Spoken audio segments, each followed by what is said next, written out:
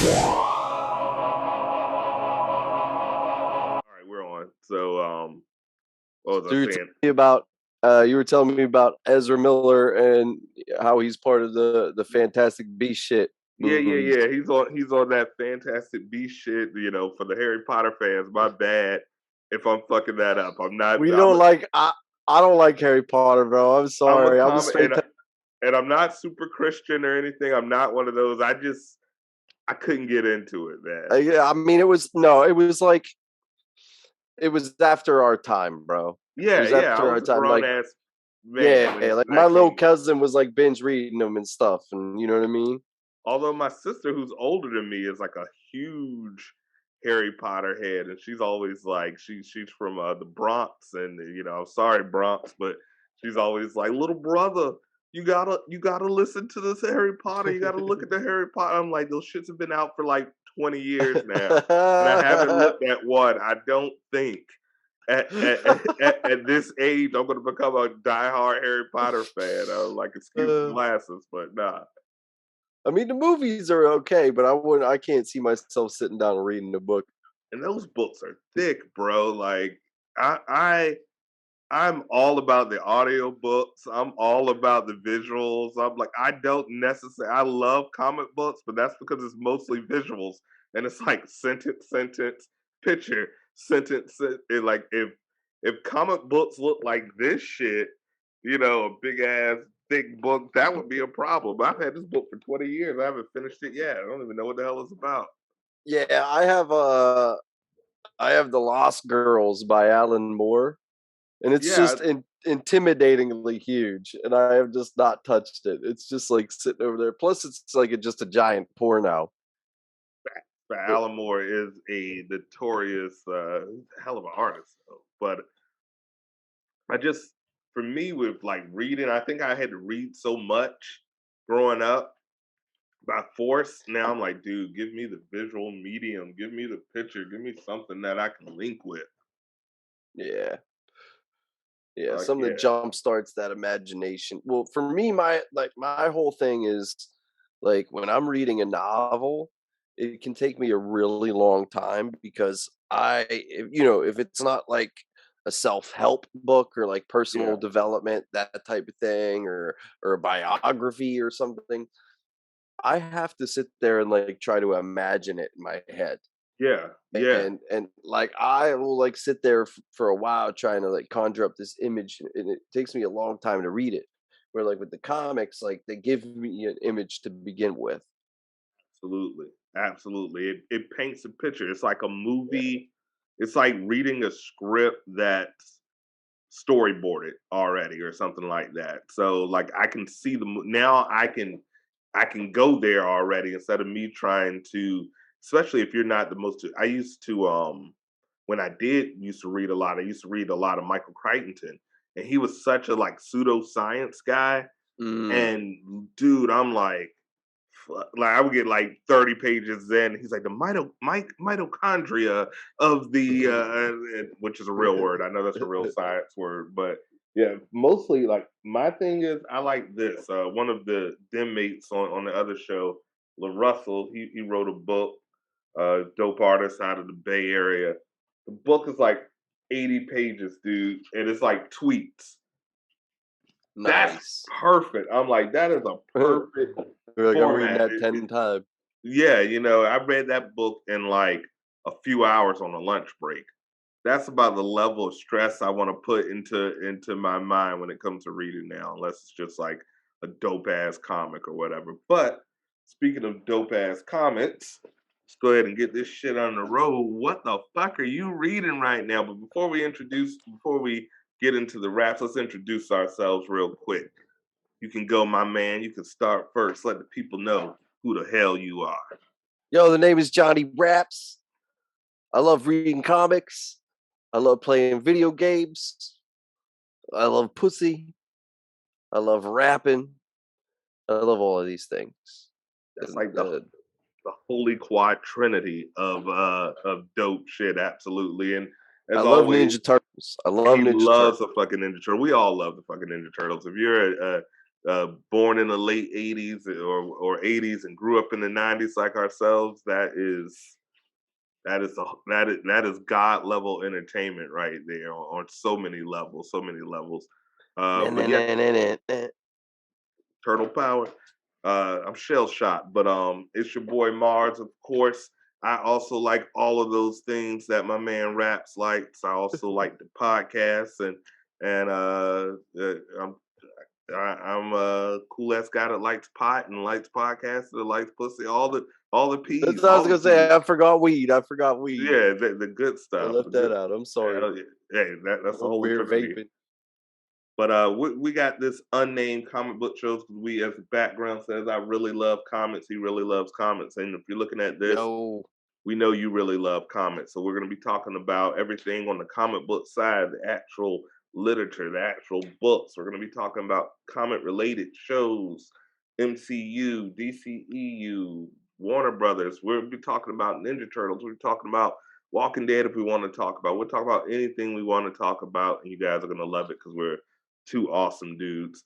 So, Raps, and what we're the just fuck? talking real about it. You know what I Yeah, mean? we're just talking about the We're reals. not like, you know what I get offended by like Big Bang Theory type nerds. Yeah, yeah, yeah. I mean, like they give like, you know, they give people like me a bad name. Like I don't have to be like an autistic savant that is like, you know, like incredible in geometry and science and, you know, like all those dudes are like that, and then they like go to the comic store, and I'm like, I never met one person at the comic store that is like that. You know what I No, mean? Like the not at all. normal. And We could tell you like what issue something came out, or we could tell you what artist did something, but no, any of the guys in the comic book store, they were students in math just like myself. I think I got to algebra 1 and I tapped out quickly after that. I was like, yo, once they started putting letters instead of numbers,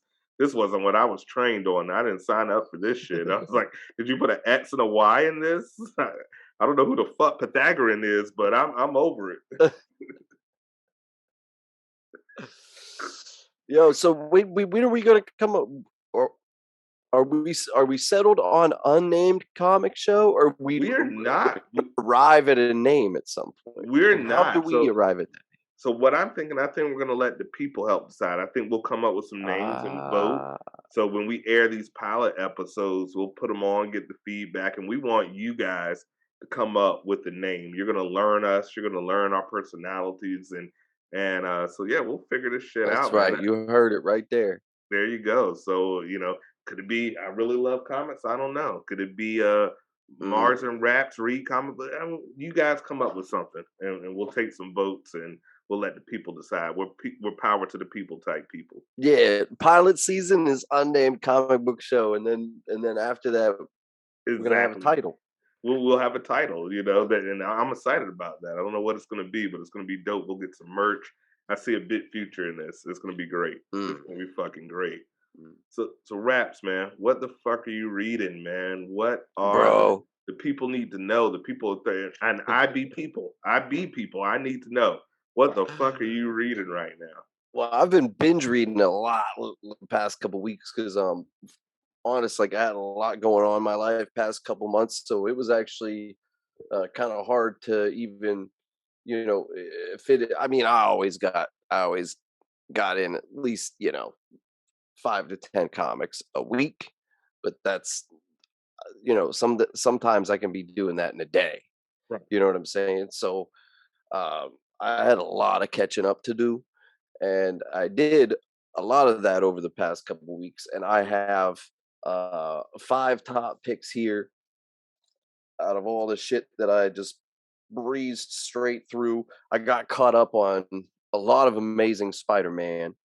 I was behind on Amazing Spider-Man, and so I read the end of the current Spider-Man arc, Okay, so you finished which the arc. involves Ben Riley.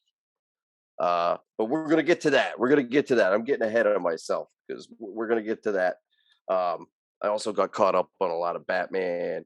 I'm just got caught up on a shit ton of X-Men. Man, X-Men is just has been crazy, And although this is not one of my top 5 picks for this show, I will say if you're a fan of Wolverine, if you're a fan of X-Men, if you liked House of X, you must read the the X Lives of Wolverine and the X Deaths of Wolverine.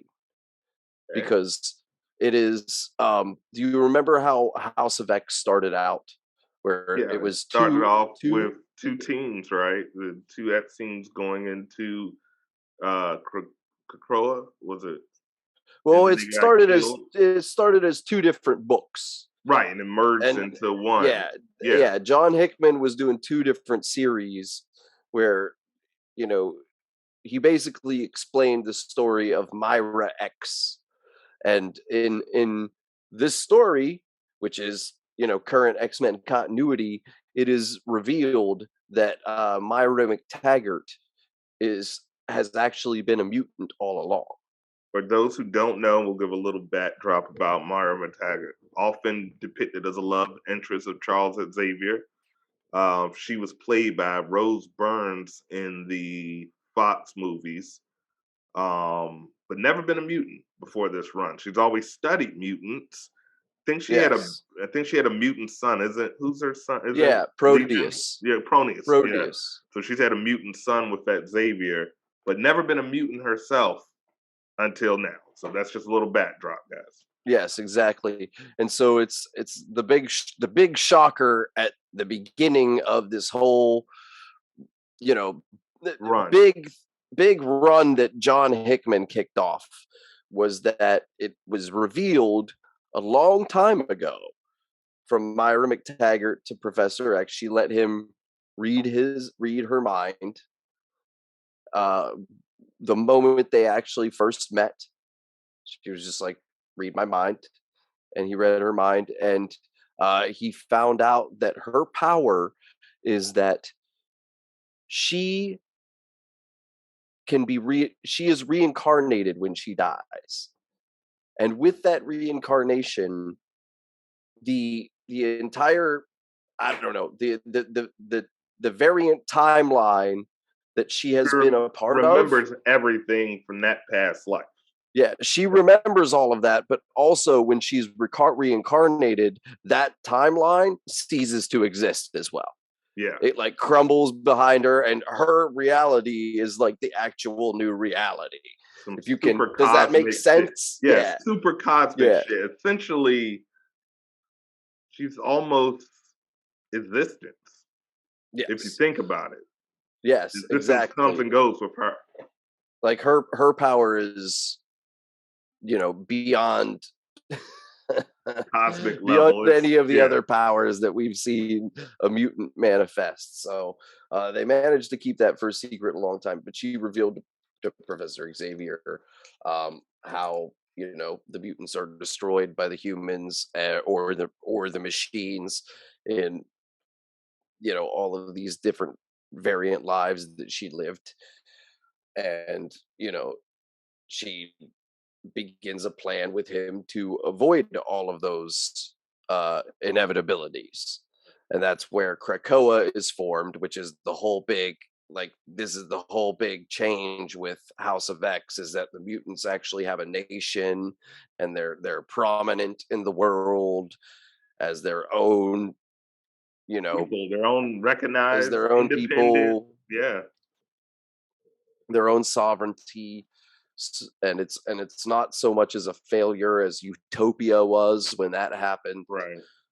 Because they tried this before and it didn't exactly work out. A couple times. Magneto had his asteroid M. Mm-hmm. He tried it with that. Genosha. It's been a couple of times that they've attempted this. I guess separate but equal apartheid type mutant parallel thing going on. Yeah. So the X Lives and the X Deaths of Wolverine, written by Benjamin Percy, who has been throughout the whole run of House of X been writing the Wolverine books and the X-Force books, both of those series. He's writing both of these, and they are very much in the way that House of X and Powers of X were like two different stories that interweaved at the beginning of the series. And this is the final chapter, actually, of the House of X, because now the next big story arc, which starts with Immortal X-Men #1, which I'm going to get to because that's one of my top 5 picks. That's called Destiny of X. So that's the new jumping on point for what's going to happen with the mutants going forward. But that the ending of House of X is, it's quite epic. What is revealed about Myra eventually is extremely shocking. Basically, a lot is revealed by Destiny, because Destiny is brought back from the dead, and she can see all these futures, and she knows things about Myra that Myra doesn't even know she's gonna do yet. I want to tell the people a little bit about the new status quo with the reincarnation of those who may not have been on the book, because when they talk about Destiny being brought back from the dead, she's not the only mutant that's kind of their thing now. They can Yes, be yes. so That's the big thing, is yeah, and it has not been revealed to the world at large, or right. anybody that isn't in the X-Men, or anybody that isn't a resident of Krakoa, is the resurrection protocols. And through the powers of 6 combined mutants, they are able to give birth or give rebirth to a mutant that has died. Professor Xavier all along has been recording mutant consciousness, all the different, the minds of all the different mutants in existence have been recorded in his cerebro helmet. And, and so they just update over time periodically. So, you know, and that's a really cool detail of it too that was revealed, is that, you know, there is always a section of their memory that's going to be missing, because it all depends on how long it's been since the last update. Right, there's a small So gap. there's always going to be a gap in their memory. And eventually they did a series where eventually those gaps in the memories evolved into a new iteration of Onslaught. Yeah. And then Legion had to come and fight that off, and Nightcrawler and Legion took care of that story. Man, it's just there's just so much going on. But yes, they have the resurrection protocols. As long as you're a mutant, you can't die. And Destiny has been dead for a very, very long time. Her character's been dead since like the 80s. Yeah. In real time. Yeah. And It's been she was 40 years since she's been in the book, at least. Yeah, and she was Mystique's lover, and she's, a precog, a very cool looking precog with like a golden mask that had no eyes and a big head thing. Yeah, she could see not the future, but she can see many possible futures. Right. And Mystique is her lover, and Mystique has always wanted her back. And so for a while, Professor Xavier and Magneto kept taking Destiny and moving her to the back of the list for the resurrection protocols, because there's a huge list of mutants that need to be resurrection. There was millions of mutants that were murdered in Genosha at one point. Right. So they're just still like the 6 are just constantly resurrecting mutants, and then as mutants get killed, they have to, and of course X-Men take priority. They get brought to the front of the line. But so they were manipulating Mystique by moving Destiny to the back of the line.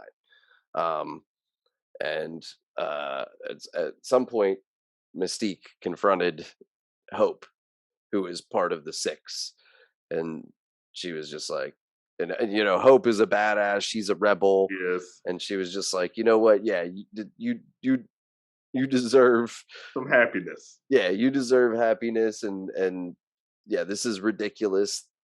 Let's get her back. So Destiny is back. Destiny is actually part of the council now, the Quiet Council, which is the They're kind of like they're like a mutant Illuminati. They're the mutant Illuminati. They're like the they're mutant. Shit. There's some interesting figures on that council. We have, of course, Charles, of course, Magneto. I believe Apocalypse. Well, Apocalypse has left. Apocalypse has left this dimension, yes, but it started out with that. That's the thing. There's been a lot of changes since this all started too. It's been it's been several years. They kind of started this whole story arc like right before the pandemic. Yeah, I'm about to say I think late 2018 is when it started, maybe. And then of course there were some delays because of the Pandy Express. Please don't sue us, Panda Express. I said Pandy Express. It's no. But I forgot why I got on. Oh yeah, because I'm recommending. Outside of my top 5, I'm recommending the X Deaths of Wolverine. Along with the X Lives of Wolverine. It goes. I mean, you can't read just one. It's not going to even make any sense. But it is 2 different stories. In the X Lives of Wolverine, Wolverine is traveling back in time to stop a time-jumping Omega Red from murdering Professor X. Why do they always want to kill Professor X? They just want to stop him from being able to accomplish anything. And the mutants are at war with Russia as well. In the books, the mutants are at war with Russia. Is it a mutant? Hilariously, Putin? A mutant Putin. I can't. No, it's Rasputin. That's right. Because it's Mikhail Rasputin who is the ruler of the Russian mutants right now. And he's like, because in the Marvel universe, Rasputin was a mutant. The actual historical, just like really? Santa Claus is a mutant, as an actual. I think Santa Claus is supposed to be the most powerful mutant, or one of the most powerful mutants. I did not know that. Yeah, dude. I have the Marvel cards. I'm gonna bring them out one episode. I have the 616 series 1 entire first set Marvel cards, and I used to read these motherfuckers and watch the power levels, and that's how I learned every single character. And I had the super rare Santa Claus card, and he's like, yeah, he's an evil mutant. I'm like, what the fuck? That blows my mind. Yeah. So X Deaths, X Lives of Wolverine. Shall I move on? Let's get in that top 5. Yeah, I'm just rambling about these books. Dude, we will edit all kinds of down. We love it. We need the content. Give me the Give me the shit. So here we go, and I'm going to start with number 5 and work my way backwards from the one I like the most. So, and this is going on a couple weeks. This is what I've read over the past couple weeks since we last recorded, right? Okay. So, and I've also been behind on some stuff. So some of this stuff has already come out over the last month or last 2 months.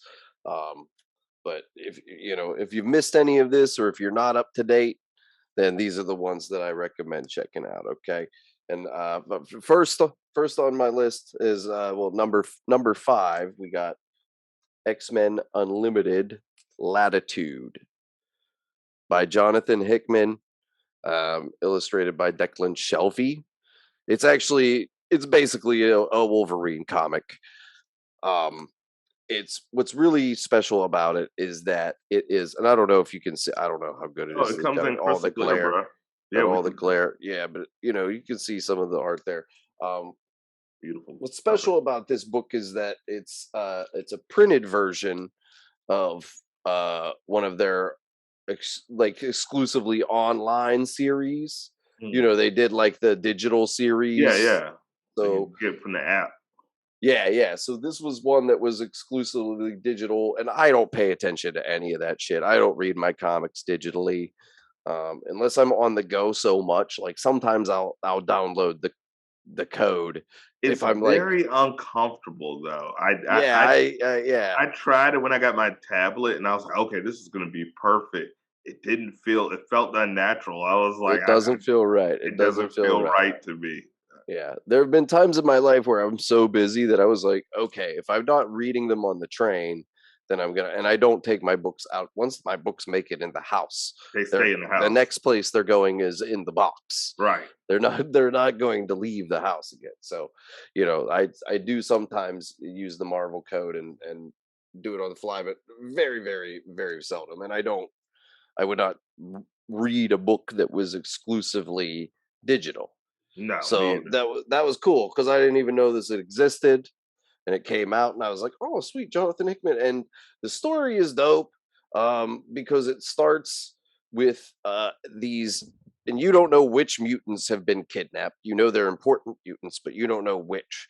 But um, it starts with these AIM guys kidnapping 3 mutants from the Sword base in outer space.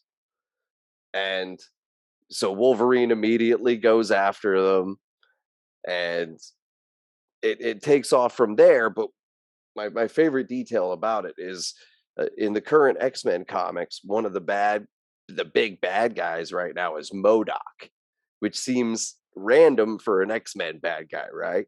Yeah. But this, this actually having come out a while ago on digital is actually the beginning of that relationship. And so it was cool for me to see, like, I was like, oh, this makes sense. Cause it all starts, Wolverine goes and jumps on the AIM ship and starts fucking people up. And then he ends up on like this ship that is like mentally controlled by MODOK. And that's where like Nightcrawler has been kidnapped, and we don't know who else. And so that was sweet because it was the beginning of X-Men versus MODOK. And the way that Jerry Duggan is writing MODOK right now in the X-Men comics too is just fucking savage, man. Stellar writer, bro. He is fucking stellar, man. Dude, MODOK he is made one of the MODOK most scary, bro. underrated characters. He when you think about it, like what's the MODOK acronym for? Machine only designed for killing or something like that. When you really people just look at him as a big head, and he gets so underrated for like how fucking lethal he is because he's always made the butt of the jokes. But Well, even in this Hulu series that I haven't watched yet, it's what, like Patton Oswalt or somebody? yeah, I watched like 3 episodes. It's nothing like the comic book at all. But it's really entertaining for a character that probably mainstream knows nothing about. Like if your only knowledge of Marvel is from the MCU, you don't know who MODOK is. You wouldn't Yeah. know who MODOK is. You would have to be because I can't even think of him featured in too many animated shows. I think he Besides was in like Patton Oswalt. the old Fantastic Four cartoon in the 90s, or the Iron Man cartoon or Maybe whatever. Earth's I think he Mightiest was in there. Heroes or something like Yeah, that. I something. think he was in that, but not a huge character, but written right, he's a super, super scary ass character. Yeah. Yeah, definitely. And he does some scary ass shit in the X-Men books. You're just like when he comes in, you're just oh. He's normally typically more of an Avenger, like you said, you really see him more as an Avengers enemy versus a, X-Men character. So I Well, he's like when joined they up with integrate. Orcus. Yeah, He's joined up with Orcus, who is the organization that's trying to take out the mutants permanently. love it. So this is no order, right? This is just your top. This is your top 5. Is this Top 5. That was number 5. That's number 5. I'm Okay. going backwards. Okay. All right. Number 4, Four. I randomly got into this series. This is not a series that I'm subscribed to. Okay. It's like several months ago, I was at the comic shop and I was like, I haven't read Batman Detective Comics in like forever, and I Wow. was just really attracted to the art on this one cover. It was, a picture of Harley Quinn in a loony bin, like painting on the walls and shit. And I was just like, okay, I just like, every once in a while I like to pick up something random that I haven't been up to date on. And Yeah. ever since James Tynion 4's run on Detective Comics ended, when they stopped his run, I was like, okay, basically, like It was a good I was jumping so in off love with point. it.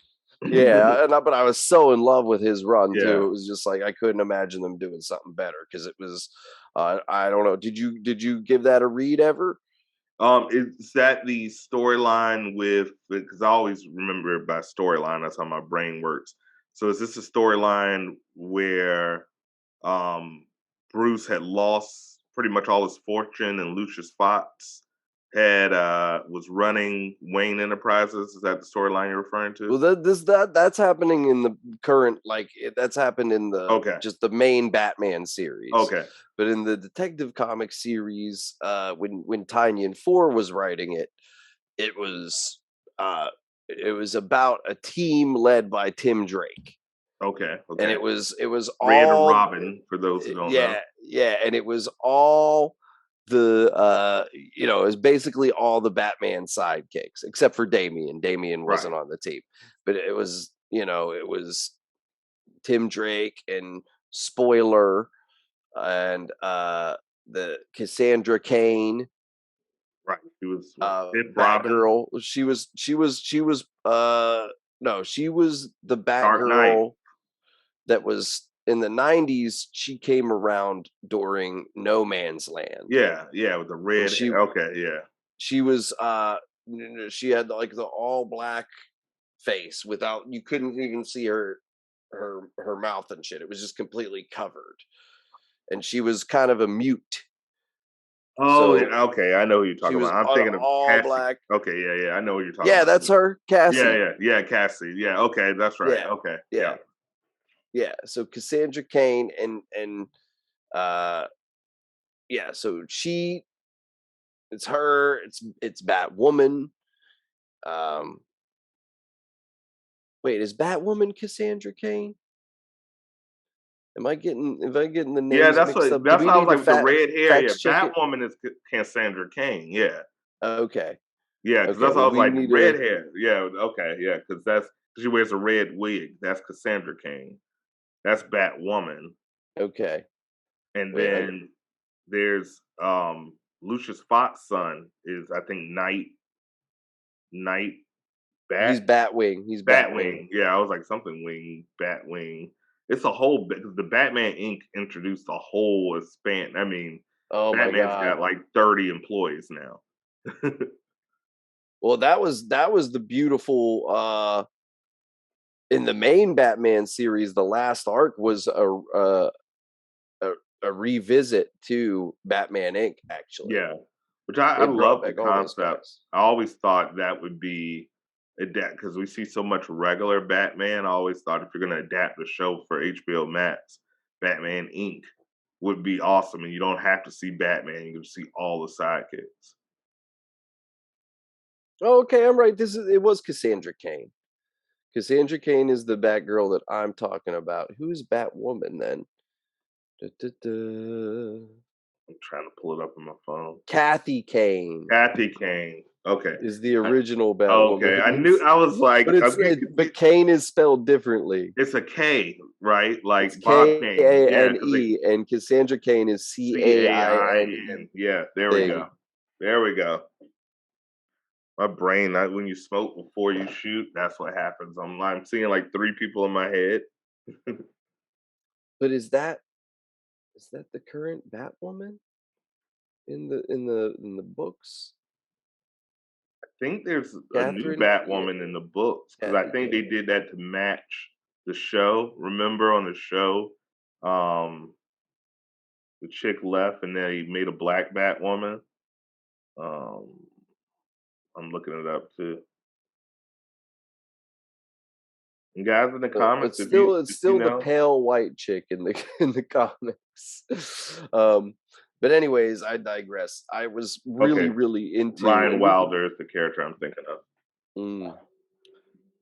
yeah, we could get into more fact checking later, but what was I saying? Oh yeah, so I was really in love with the Tynion Fours run, and it involved this whole team. It was, like I said, Robin, spoiler, Batwoman, uh, Sandra Kane. She wasn't even called Batgirl yet because post it was post the last reboot that they did.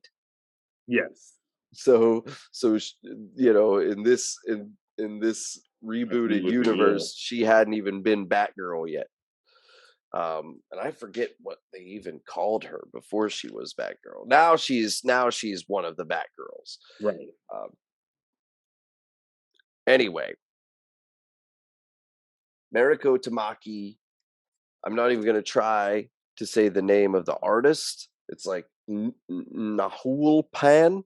Nahul. I'm not even going to try to say it. I don't even know anything about this writer or this artist, but I read one issue a long time ago when I was like, yeah, the Harley Quinn cover looks cool.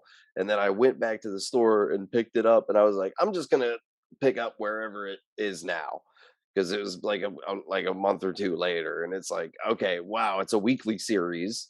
So I was like, a little already bit like behind. 8 issues behind. A little bit behind. But I picked up the last recent 3, and this is the last one I read. I still have one to go, but this is the Detective Comics number 1057, folks. 1057, and we'll put that in the 1057 in the font. Yeah, and the main bad guy there is the Scarecrow. And what's been going on in this series, and it's Love been that artwork, by the way. And oh yeah, these covers, the covers are cool as fuck right killer, now. bro. That's what like compelled me to just grab it, because like, that's killer. Yeah, No pun intended. So I said all that shit about the Tynion 4 because what I love about this arc is it, revisits with all of those characters, but it's been like, this arc has been going on for forever, because that issue that I picked up months ago was setting up all of this still. Like it's still the same story arc. This is like part like 15 of it or some crazy shit. And it's the story about Arkham Tower. So Arkham Asylum has moved into a giant skyscraper in the heart of Gotham. That makes sense. That is, yeah, and I think it's been funded by the Wayne Foundation, it looks like. And but there's been some shadiness behind the developing of it. And part of the shadiness is that Psycho Pirate has been used by he's been used by the whoever, whatever. It's not it's not Arkham anymore, but it's some other shady doctor that's running the hospital that has been using Psycho Pirate to keep everybody tranquilized, basically. Scarecrow gets involved. I'm gonna, make a long story short. Scarecrow fucks all that up. He busts into Arkham Tower. He fucks all that up. And he tries to steal Psycho Pirate's mask.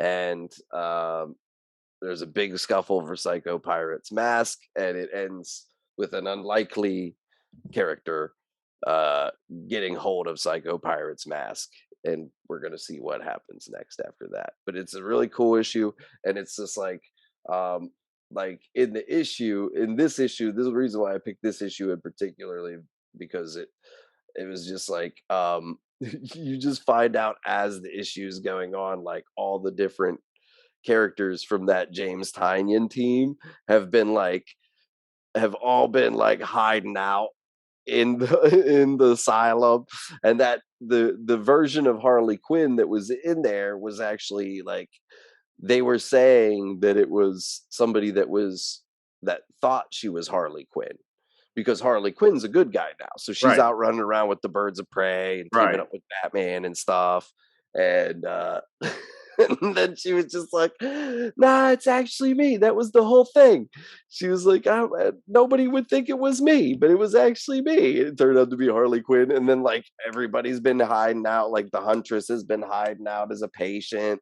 And they've just all been in there like waiting for some shit to go down. So when the shit actually went down, it's like Robin was already there, and like they were just waiting for some shit to happen, and then Scarecrow showed up, and they're like, "Okay, You knew it was gonna happen. It's just a matter of time. It's Gotham.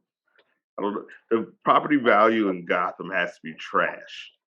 If the city's not getting flooded or attacked by a supervillain or earthquake or something or vigilantes. Back in the day, there was like, you know, there was Nightfall, where the Zanies just ran around and killed everybody, and then they had Cataclysm, which was the big earthquake. And then they had there was a flood, Contagion, and then they had No Man's Land. When they were cut off from like the United States, just was like, dude, we wash our hands of Gotham. It's too much going on. Batman, you've done a piss poor job. I don't know if they've done a performance review of Batman's work in Gotham, but clearly he's done a piss poor job. That was number 4. What's number 3 on the list? Number 3, Immortal X-Men #1. Nice. You can link this with all my Wolverine settings up earlier. Yeah, Immortal X-Men #1, written by Kieran Gillen. So they're bringing Kieran Gillen into the House of X team, which is really exciting because I've always enjoyed his X work. And I'll just cut to the chase with this one, because we talked about Myra so much before. And we find out what happens to Myra at the end of the final issue of the X Deaths of Wolverine. And I'm not going to give it away, but she ceases to be human or mutant. She still exists, but she ceases to be human or mutant. And in this issue, which is completely from the perspective of Mr. Sinister and his almost century-old relationship with Destiny, and the things that she's been telling him over time. So it's this juxtaposition to the beginning of House of X, where like Myra is telling Professor Xavier all this stuff that nobody else knows, and now Destiny has been like, in the past, filling in Mr. Sinister a century ago about all these things that are going to happen now. Awesome setup. Leading him to, decide to clone himself and things of that nature. So it just creates more Summer family. You realize everything. It brings so much depth to some of the older stories when you think about it, because it one thing I love how Marvel kind of does,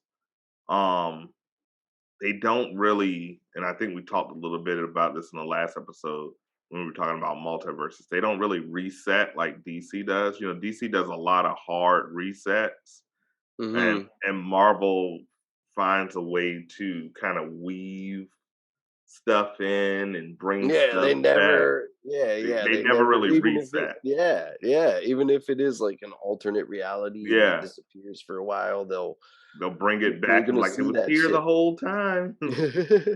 Well, man, so I'm gonna just throw out some spoilers. Fuck it, I've been real kind of ominous about stuff, but you mind if I throw some spoilers out there? I love spoilers, and I'm sure we'll put a spoiler alert. So hey, if you don't like spoilers, tune into last episode and then come back when you read the comic book. There you go. So in the X Deaths of Wolverine, basically what happens is Mystique and Destiny know that when Myra dies, and she gets reincarnated again, this reality ceases to exist. So they're like, we can't risk that. So Forge has come up with he's actually created a fucking like mutant vaccine that can, end your mutant genes or whatever. Yeah. Like they do in X-Men 3 when they get shot and it's just like, Kelsey Grammer, no longer a mutant. Oh. That's exactly what happens. And Magneto tries to move the chess piece and it's like, oh. Yeah. and Mystique, Mystique hunts down Myra and shoots her with the thing, and so Myra's no longer a mutant. So if she gets killed, that's the end of Myra. That's the end of all the reincarnations. This is, the Prime universe now.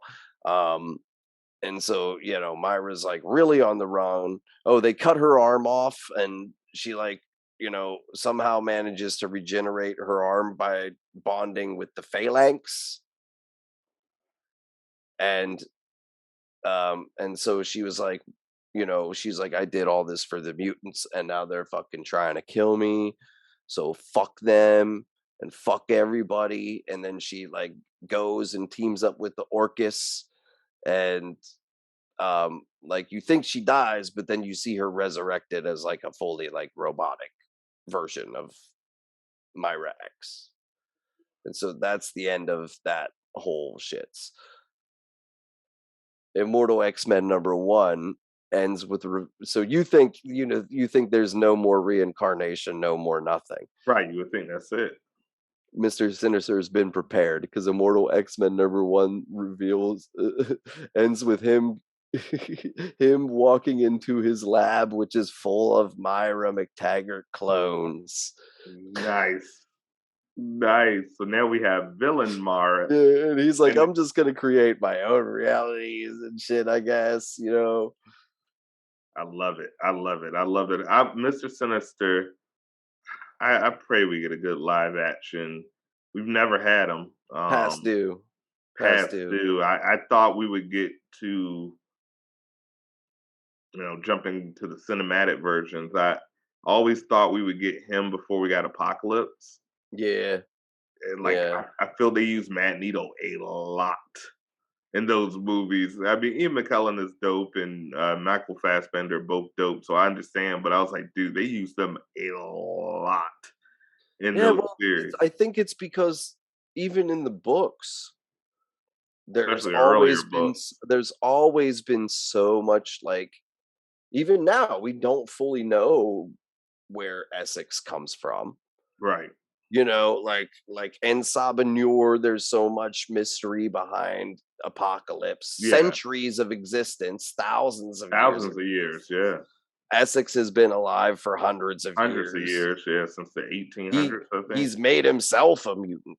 He wasn't even... He was just a regular dude that was interested in mutant genes. Yeah, so he made himself a mutant. So yeah, he's a fucking crazy bad guy. But I think that's it. I think the filmmakers are just intimidated with those characters because they don't have as much time to develop it. And they're like, well, what if we just coming up with a corny origin that the fans don't like, you know what I mean? Because they almost like with bad guys, sometimes they almost have to have an origin for it to make sense. Yeah. And then they also in the films, and this is all not just MCU, this is all comic book films for the most part, villains tend to be one and done because they want to sell toys and stuff. So you don't see arcs with villains. They'll usually be in one film and then they kill. Even Batman '89. How the fuck do you kill the Joker off? At least Christopher Nolan knew. Obviously he didn't know what was going to happen with Heath, but he left him alive. They killed Ra's al Ghul, but he left the Joker alive. Because how the fuck do you kill the Joker off? Especially with the Joker's Jack Nicholson. How the fuck do you do? That would never go nowadays. A studio, you want to kill Jack Nicholson off? Yeah, no, we're not gonna do that. They would have had him in reshoot so quick. You would have saw him fall and land on a whoopee cushion and roll off. Like, see you Yeah, again. that was such an. That blew my mind as a kid. I was just like, no, they ain't gonna use them. They're just not even thinking about using them again. No, Right. never, No like sequels. never. Never like a definitive dead, like a dead. It like crushed into cement dead with the patent. Love that scene. Love That's that some scene. great shit. Okay, so number 2 Two. on my list.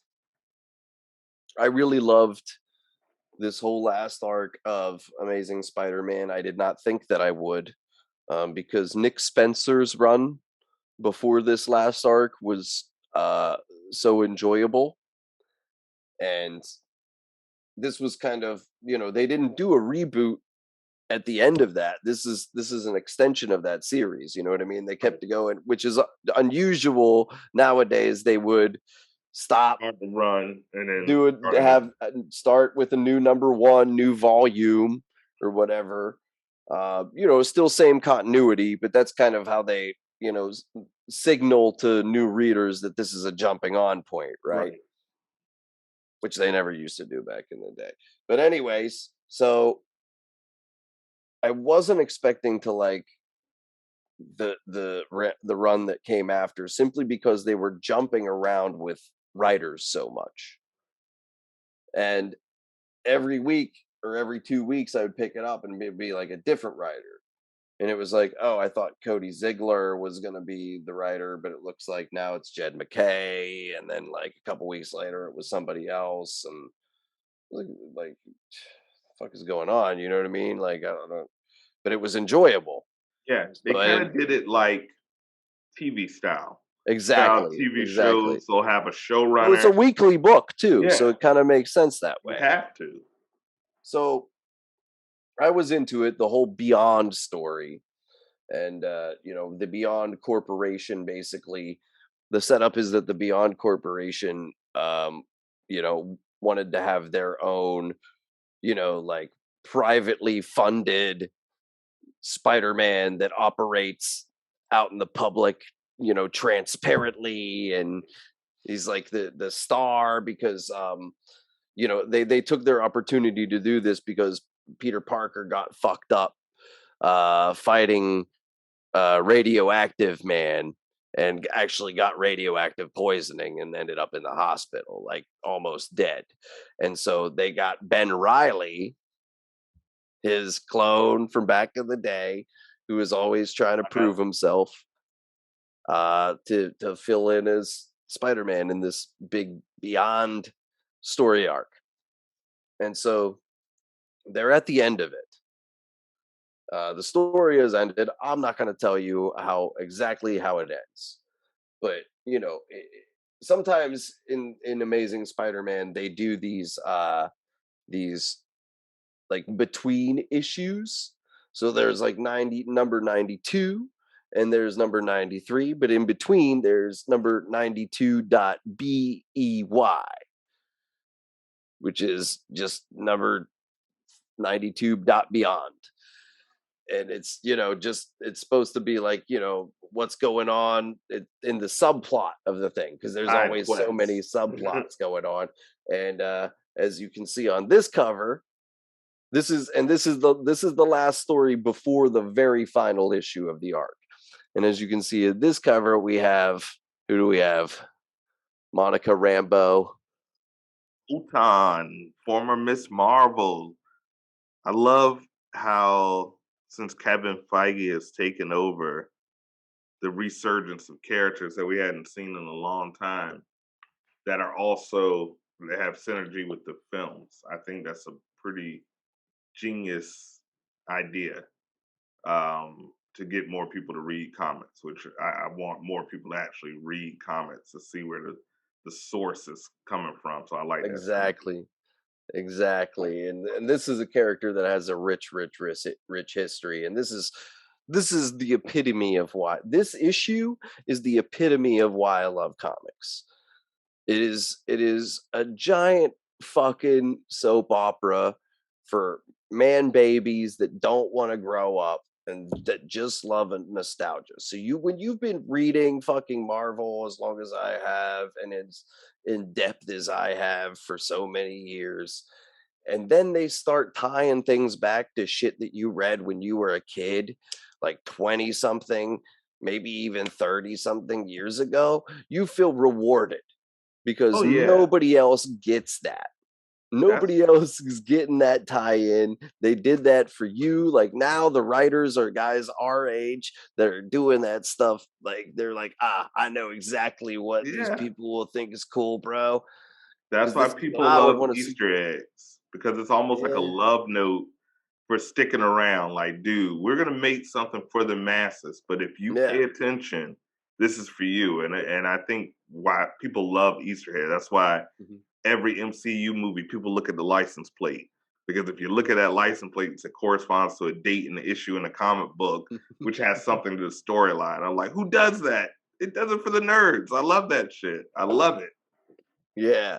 So all that is to say, Monica Rambeau randomly shows up in this book. She has not been part of this story until this next to last chapter, right? She shows up out the blue. Have you ever read Next Wave Agents of Hate? No, I haven't read that. Dude, it's by Warren Ellis. Okay. So you know it's bonkers. You know it's going to be banoodles. You know it's bonkers. And it's one trade paperback long. It was I think it was meant to be an ongoing, but it just probably didn't make it past 12 issues. Yeah. But it was because it was bonkers. But it's such a great read, dude. It's just like fucking like insane. And in that book, they're fighting Beyond Company and stuff like that. And it's like it's her. The team is like it's her, Machine Man. Machine Man is like drunk and depressed the whole time. And then also Boom Boom.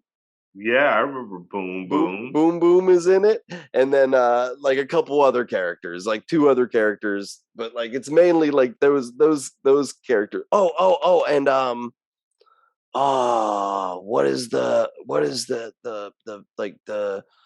fucking vampire slayer chick? What is her name? Elsa Bloodstone. I'm about to say Bloodstone? Yeah. Yeah, Elsa, I think it's Elsa Bloodstone. Yes, she's in it. Nice. So it's a crazy, random team. Such a random ass team. So Monica Rambeau randomly, like Spider-Man is fucked. He's there with, the people that have been helping him out this whole story arc, which happens to be Misty Knight and Misty Knight and who the fuck else is in it? It's she's a chick in a white suit with a sword, and I can never remember. Just like, is it Elania Rasputin? No. Or Magic? Yeah, it's not Magic. It's Misty Knight, and then hold on, give me a second, because I don't want to sound like an idiot on the show.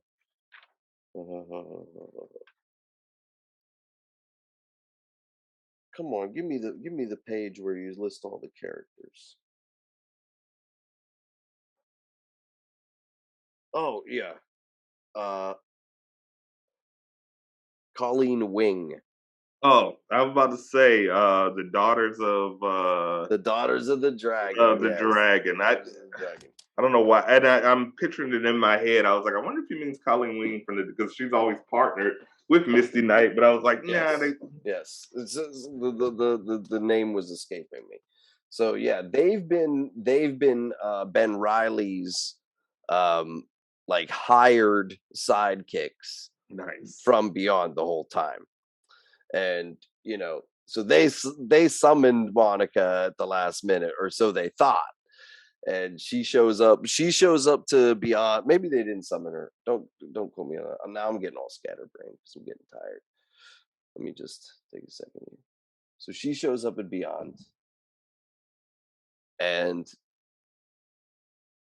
you think she's there to like save the day, to save Spider-Man, save all of them, and then she like first she goes and busts open this one room, and it's Machine Man. And he's there just drunk like and then she reveals to everybody that like she is basically they start telling her what's going on, and she's like, I know what's going on. I've manipulated this whole thing from behind the scenes. I'm trying to restart Next Wave. It's just like the most random, like, what? I'm great, like, and so obscure. So I'm like, this is like you know, it's crazy because it's you know, at a very climatic point in this Spider-Man story, and then all this shit that has nothing to do with Spider-Man is going on. And it was all tying back to this beautiful comic that I love by Warren Ellis, that is just short-lived and only like true fans know about it. You know what I mean? Maybe one day they'll make a crazy Hulu show of it because it's one of those. It's one of those that's just like totally inappropriate. Perfectly, yeah, fits that tone. That's dope. It's kind of like when they put a side door pilot in your favorite TV show. Yeah. You know, there's some characters that you like. So this episode is all about Joey, to see how it works on a friend's. You know, how I love when they comics do that. They put like a side pilot for a next book randomly as like a bonus or tie-in. That's super dope. Yeah, so I have hopes of a new Next Wave happening. There's been no advertisement or official talks of that yet, but it'd be a pretty cool thing that would happen. I would love it. You and everybody should go read Next Wave, Agents of Hate. So we'll put that as a bonus read of the night. Yeah, so by Warren Ellis. Hate. Bonus Next Wave, Agent of Hate. And it's hilarious because Monica goes in there and she grabs Machine Man, and he's all wasted and stuff. She's like, what happened? Why are you here? Why didn't you fight your way out? And he's like, I volunteered for this. I wanted them to experiment on me. I hate my life. and then they're like, she's like taking him out of there, and she's like, where's Boom Boom? And she's like, I don't know where that bitch is. He's like, where's Elsa Bloodstone? She's like, I don't know where that bitch is. Why don't you focus on me? These people? Only person I know is Jack Daniels, baby. And then we got my number one pick, just because of this one. I actually had like an emotional reaction to. It was so well done. And we got it's Shadow War Alpha, Batman Shadow War Alpha. It's setting up. Got Ra's al Ghul up there. I think Deathstroke. Talia al Ghul, maybe. You got Damien. Damien's back on the scene. Back there, and there was somebody else in the cut I couldn't see at the very, very top next to Ra's al Ghul above. Oh, that's just a whole bunch of ninjas. Oh, okay. There we go. So I want to point out that it's drawn by Victor Bogdanovich. Great artist who has done like his style reminds me very much of Greg Capullo. Greg Capullo. Yeah, but he's just done some great like Wolverine stuff. I love his art, and that's not the person that did the art on the cover here. But yeah, this is just kicking off the next big Batman story arc, and it ties in with the current Deathstroke series, which I haven't read yet, but I'm going to read a couple issues now because it's tying in. It's called Deathstroke International. So I guess it's like a Deathstroke Batman International Deathstroke version. I love it. Yeah, exactly. So yeah, in this he has like a big skyscraper with like his his helmet painted on the side of it or something. It looks so terrifying. low key. It's in a different country. He wouldn't get away with it in America. It's like in some fake country. So Ra's al Ghul, I think, is decided he's going to hang it up. And I think at a press conference, he goes to announce that he's hanging it up. And he gets shot in the head by a Deathstroke. He gets sniped. And like Damian is scrambling and Batman's scrambling. Everybody's trying to fight this guy. And then he sets off a grenade because he's just like, prep time. Yeah, he sets off a grenade and destroys, like Damian's like running to get to it, and he sets off a grenade, which destroys Ra's al Ghul's body. Because they're like, oh, he's dead. We can just put him in a Lazarus pit. And Talia gets all shot up while this is happening. And Damian's like going to grab the grenade's about to go off, and then Batman, of course, like saves Damian. Right, of course. And then it was like a very like well written, tragic scene. It was like so intense and down to the wire. And Damian was really he was like, "Grandfather, no!" And he's like running with tears in his eyes. And he's like, "I could save him. I could save him." That's what he's saying. And then like Batman swings in. Stop! You must stop. I made a choice. There was nothing we can do for Ross. He's lived his lives. Lots of them. It's you, son. So yeah, but that was I had an emotional reaction to that, and so I chose that as number one. I'm very excited to see, where this book goes. Obviously, Damian is ready to fuck some people up.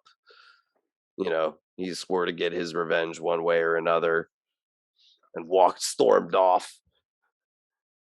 In other words, Damian's going to kill some people. He's going back to his assassin roots. Damian's going to kill some people. That's how we roll. That's how he rolls. I like that. You got to have somebody on the team. We're not promoting violence, but I'm just saying, if you're a superhero, you got to have somebody on the team that might kill somebody.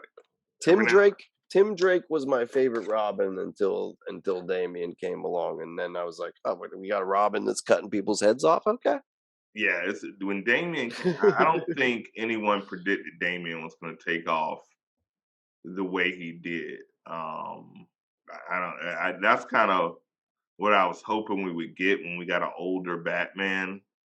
When they announced Ben Affleck was going to be the older Batman, I'm like, great, we can pretty much get ready for this Batman Beyond. But before we do that, let's go ahead and get a Damian in there. But unfortunately, we never got to see that, and now we're back with emo Batman, which I haven't seen yet. But I think that comes out tomorrow on HBO Max, if I'm not mistaken. So we might. I'll really? I think they said April 11th or March. Hold on. Damn, I haven't seen it. I haven't seen it yet. Let's see. The Batman HBO Max. April 19th. So not this week. Next week, I believe. And have you seen it yet? I haven't, dude. But now it comes out next Tuesday, so I'm like, might as well wait. Yeah, at this point, I'm like, yeah. Which is going to be great. We can talk about it on the show, and neither one of us have seen it. So it'll be great. That's going to be great. Fresh reactions. It's going to be fresh. It'll be the latest review ever, but we don't give a fuck because that's what we do. But absolutely. So tell me more about your number one. I mean, that's it, man. It was just, it was so emotional. The actual death of Ra's al Ghul was so, it was just really well written, really well done. I mean, what else? Do you think this is gonna stick? I mean, I don't think it'll stick with anyone like Ra's al Ghul. Oh no, never. But we might not see him for a couple of years. I can see that, but the setup over the course of the issue was very interesting because he was really trying to hang it up. Right. He's like coughing at the beginning. He's all looking old and he's coughing up blood and stuff. And he's like, I don't want want to do it again. Like, he's not going to go to the Lazarus pit. And that's what happens is he goes up like to a press conference with Talia, and he's like announced that he's going to turn himself in. And he's also like starts announcing at the press conference that he's going to unveil the locations of all the Lazarus pits. So everybody can just fucking go, like, live forever. And then Deathstroke shoots him in the head. But then there's a scene with Deathstroke at Deathstroke International with his son, who is like, he has like a Robin version of himself. And at Deathstroke International, they see him, and his son's like, "What did you do, father? Like, why did you do that to Ra's al Ghul?" And he's like, "Yo, man, like, that wasn't me. I haven't worn that costume in ages." And you see it, and it's like the guy that killed Ra's al Ghul is in like an old Deathstroke costume, and the the current Deathstroke is like all in like the giant fucking crazy armor and shit, of course. Right. So, there's a lot of intrigue. There's some doubt there, so obviously it's going to be, and hopefully it doesn't turn out to be the Joker. They always, for some reason, they're like, it was that Joker all along. Like, not this time. This is a different type of villain. He doesn't do that. It's Jason Todd. They're like, again, no, it can't be Jason Todd. Please don't make it be Jason Todd. I'm not shitting on the comic books. I love the DC comic books. No, they do that. They do it that a lot. Where it's like, it was the Joker, and you're like, it's always the Joker. I think the most disappointing Batman story I read in a long time was the Three Jokers. Oh yeah, you wasn't feeling that one? I wasn't feeling it, bro. I was excited at first because they let that plot dangle for a long time. Like, I remember when Batman sat on the Mobius chair and he was like, "That can't be." Yeah. And then they just didn't say anything for like 3 years. I was like, what the fuck? I was like, why would you do that? Why would you leave that in the air? And then the payoff, I didn't care for the payoff that much, but still. I forget what the payoff even was, to be honest. So yeah, it was basically the real Joker had kind of like trained some baby Jokers throughout the time, and so pretty much it was their reason for why in some books he's kind of like, and I'm gonna put whoopee cushions in everybody's seat. And then in some books he was like, I'm gonna take bad pictures of you nude and beat you with a crowbar and send them to your dad. And then in some he's like, I just want to get money and stuff, because they were literally. I just want to shoot people with a Tommy gun. Yeah. So it was kind of their reason, but at the end of the day, is their funny way of trying to do that Marvel thing where they bring everything back around. They're like making excuses for all the different artists and writers' interpretations over the years. Exactly. There's been so many different versions of the Joker. Exactly. And depending on the writer, you have one Joker that'll staple his face and put it on. And you're like, oh, this is some horror picture shit. And then there's one Joker like, I'm going to put acid in my flour. You're like, it's not the same, but okay.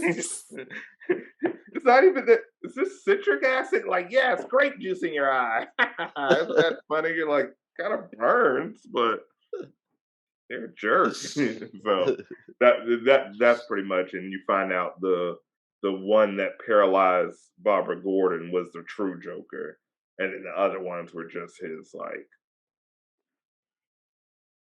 I don't know, his stagehands or his understudies or something like that. It wasn't the best payoff in the world. It wasn't the best payoff. That's all fucking 5 raps reads. We need to.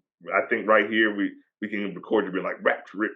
We'll put some in it. I love piecing this together in my head. The top 5 raps reads of the weeks, and of course I can't even rap reads. Yeah, something like that. We'll fit that there, and then we'll just put some fucking we'll put all the links to the books so you guys can go to your comic store, support your local comic book stores, wear a mask if you have to. But these places, the reason we did the show, because we both have a mutual love for the comic book format, it has saved so many, so not to get all sentimental, but it has saved so many nerds, so many misfits, so many people that, didn't fit in a place, but get lost in a comic book, lost in the artist, lost in the words. So all my creativity, every single bit, comes from I am from Peter that. Parker, man. Yeah, man, dude. It was, I didn't have we didn't have Black Panther when we grew up, but like it was cool because like even if you were like a black kid, you could see yourself in Peter Parker. You could see yourself because he didn't have his shit together. He wasn't perfect. Peter Parker lights would cut off. So if you were in the hood and your lights are cut off too, you're like, shit, Peter Parker's lights off. It's gonna be all right. So it's a dope place, and it brings communities together. So please go to your comic book store, buy the 5 that Raps has recommended for you guys. Check them out. Put them in the comments what you like. If you think his reviews were right on point, tell him. Say, Raps, you were right on. If you think this shit sucks, don't say anything mean, because you mess with Raps, I'm gonna have to. You could be like, I didn't like that, bro. You could say that. Like I would take. I didn't like that one, bro. I'm gonna say, keep my boy's name out your fucking mouth, and then I'm gonna come and I'm gonna slap the shit out you. Like, out your fucking mouth. I wonder who's gonna be the first rapper to sample that. That's gonna happen soon. It should be Will. He should make a gangster album. I already put it in my bars. I already made bars of it. I know you did. I know you got some dope shit coming out. Bars. So that's it for today's episode, man. We had so much fun talking about these Raps reads. Please check them out. Raps, let the people know what you got going on, where they can find you. The floor is yours. Bro, I got a new song coming out, 420. I'm not going to say what it's about. I'll let you guys guess. I doubt you're able to guess. what it's about. It's called Faded. It's about romance. So, if you like the way that I vibe over comic books and stuff like that, you might like my music too. I don't know. It's all about tomfoolery and stuff. I try to bring a little humor to everything. It's great shit. But I try to keep it classic hip hop too, He's the best of both worlds, man. Hip hop when it was fun and hip hop when it was lyrical. That's my man Raps. And thanks, bro. The perfect marriage. So please check him out. 420. This single's gonna be released everywhere. Check it out. Maybe we'll do a D.E.N performance. We don't know. Second half of season 2 is being recorded right now. So guys, check me out at Marz _entertainment on the Instagram. Johnny Raps, give them your Instagram. At John E. Raps, JOHNERAP to the S. To the S. Don't type in to the S though. It's just literally an S. I know it's gonna be one dumbass that's gonna be looking up and like, couldn't find him. Man. It's weird. He just gives up. He just gives. He's like, this guy's a liar. And also, I am executive producing another show called Pot with Petty, which also comes out 420 so maybe we'll get Raps up there, but I'm executive producing that show. So nice. Check that out. The debut episode's already up, but it's loading. So it's been recorded, it's been edited, it's been up, and then these shows will be up. We might just sync it up. We've got all this content, so we might just bombard you with all these episodes in one day so you guys can digest them for the week and give us some ideas for the names for these pilots. So they'll be coming very, very soon. But other than that, Raps, any last words, any comic book shit you want to let people know, anything you're looking forward to, anything at all? Man, I just want to see how we get in the mutants in the MCU, man. I think that's next episode. Let's do that. Let's talk about that next episode because I got some theories. Okay. I got some theories. If y'all want to hear my theories, because I'm a craftsman, a storyteller. You know, it's all the Hennessy from back in the day that's just crafted my mind. So I have some ideas of how we could do that. So maybe we'll do some theories. We'll craft some fan theories on what we think the introduction. Because I don't think this Maria McTaggart storyline is a coincidence that we need a way to explain why mutants haven't been seen in a series that's been out since 2008, and now 13 years later, well, that math's probably not right, but it doesn't matter. I'm not a math magician, but many years later, now we're going to be seeing mutants pop out of nowhere. Maybe they got erased from another timeline. Who knows? Maybe there's a, you know, maybe in this existence they learned their lesson and they're keeping their existence secret. Who knows? That might be a potential theory. We'll see. We'll see. Whoa, you just blew my mind. I leave motherfuckers on the episode, just brain matter leaking onto your floor. So as always, guys, this unnamed comic book project that you guys are gonna name. I'm so excited for this to be shown to you. It's my man Raps, wrong side. It's my man Raps. It's your boy Marz. Marz. Check us out. Please follow my man on Instagram. Please follow me on Instagram. That's where most of my shit is at. Follow me on the YouTube, Marz Entertainment Marz Entertainment presents the Den. We're working on that. We're going to change this name because there's a lot of motherfuckers trying to bite my shit. So we're going to change that soon. But anyway, that's where you can check me out. Check my man Raps 420, his new single, Faded.